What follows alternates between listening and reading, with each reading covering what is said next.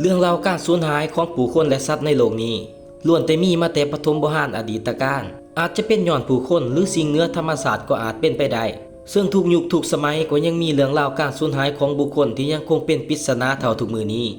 คลิปนี้จะเป็นการเล่าเรื่องพร้อมเกี่ยวพันเหตุการณ์เหนือธรรมศาสตร์บางเนื้อหาอาจบ่แม่นความจริงเสมอไปถ้าจะเว้าถึงการสูญหายของคนหรือวัตถุใดหนึ่งแน่นอนจะต้องเป็นเรื่องราวอันน่าสนใจให้แก่ผู้คนในสังคมเพราะอาจจะเกิดจากผู้คนโดยกันเองหรือสิ่งเหนือความคาดหมายอันลึกลับโดยจะมีหลายเรื่องราวจากทั่วมุมโลกแน่นอนรับส้มซองนี้บ่เคยเบื่อเพราะข้อยได้คัดเอาเรื่องที่มีหลักฐานและเกิดขึ้นใกล้เคียงกับปัจจุบันเปรียบใส่ซองเรื่องราวอันเป็นปริศนาของประเทศลาวเฮา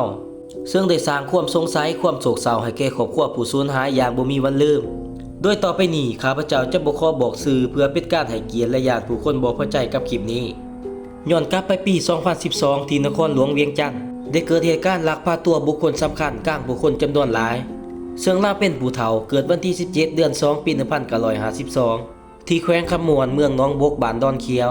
ประวัติเรื่องราวของทานเต็มไปด้วยความทุกข์ยากลำบากและทุ่มเทให้กับการช่วยเหลือผู้คน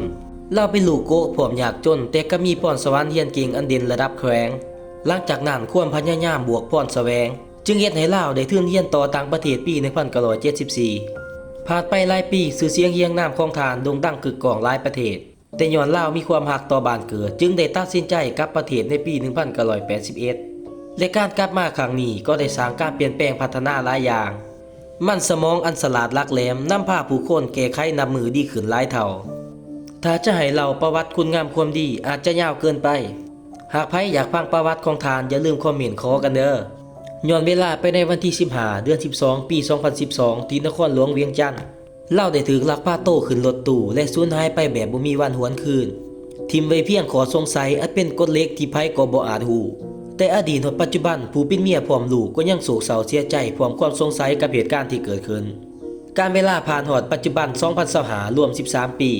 ผู้คนภายในประเทศและนอกประเทศก็ยังบ่ฮู้คำตอบเกี่ยวกับการหายตัวไปของลาวป้าไว้เพียงเป็นข้อสงสัยที่บ่อาจฮู้ถึงและอธิบายต้นตอสาเหตุได้คำเตือนเรื่องที่จะเล่าปิดท้ายต่อไปนี้เป็นเหตุการณ์จริงที่แขวงคำมวนปี 2025 นี่เองหากคำเว้าได้เฮ็ดให้บ่พอใจข้าพเจ้าขออภัยเพราะเนื้อหาทั้งหมดแม่นหาฟังมาจากปากต่อปากเพียงเท่านั้นในวันที่20เดือน 8 ปี 2025 ได้มีการสูญหายของชายคนหนึ่งในขณะเฮ็ดเวียกเราเป็นชายวัยกลางคนมีอาชีพเป็นเจ้าหน้าที่พร้อมมีลูกเมียอีกด้วยเนื่องจากเหตุการณ์เกิดขึ้นบ่ดนข้าพเจ้าจะบ่ขอบอกข้อมูลต่างๆที่เกี่ยวพันถึงตัวเราเองและสถานที่เกิดเหตุ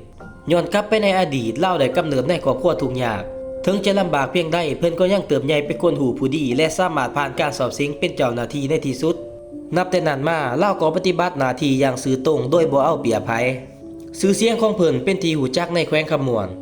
ผู้คนต่างฮักแพงและนับถือพร้อมพากันยองย่อสรรเสริญแต่แล้วเหตุการณ์บ่คาดคิดก็เกิดขึ้นในวันที่20เดือน 8 ปี 2025เล่าได้ถูกลักพาตัวโดยกระทันหันในขณะกลับมาแต่เฮ็ดเวียกข่าวการหายตัวได้ถูกเผยแพร่กระจายไปทั่วประเทศอย่างไวเพราะเล่าก็เป็นถึงเจ้าหน้าที่ผู้มีคุณงามความดีทุกคนได้เปลี่ยนกันออกตามหาเป็นเวลาหลายวันแต่บ่พบแต่น่าสงสารที่สุดคือลูกเมียของเล่าพวกเขาได้เพียงแต่ภาวนาให้ปลอดภัยกลับมาสู่ครอบครัว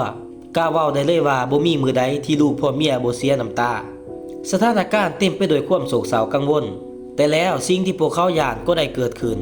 หลังจากการสูญหายเป็นเวลา2 เดือนทางเจ้าหน้าที่ได้ประกาศว่าพบเล่าแล้วแต่น่าเศร้าเหลือเกินเพิ่นได้กลายเป็นโครงกระดูกนอนกลางป่าอันหนาวเย็นผู้เป็นเมียเกือบล้มทั้งยืนเมื่อได้มาพบเห็นหางที่มีเพียงกระดูกของผัวหลังจากนั้นทางครอบครัวก็เผาเก็บกรรมหลักฐานและนำมาเฮ็ดพิธีให้ถูกต้องปัจจุบันเรื่องราวการหายตัวและพบเป็นศพอย่างปริศนายังทันถือไขคดีเหตุการณ์ครั้งนี้ได้สร้างความเสียหายทางจิตใจและกายให้ผู้เป็นลูกเมียพวกเขาต่างสูญเสียผู้เป็นเสาหลักครอบครัวถึงอย่างไรก็ตามข้าพเจ้าขอแสดงความเสียใจและให้กำลังใจพวกเขาจบไปแล้วกับ2 เรื่องสั้นจากเหตุการณ์จริงอันเป็นปริศนาหากทุกคนรับชมมาฮอดนี้ต้องขอขอบใจอย่าลืมคอมเมนต์ขอเรื่องราวเด้อแล้วพบกันคลิปหน้า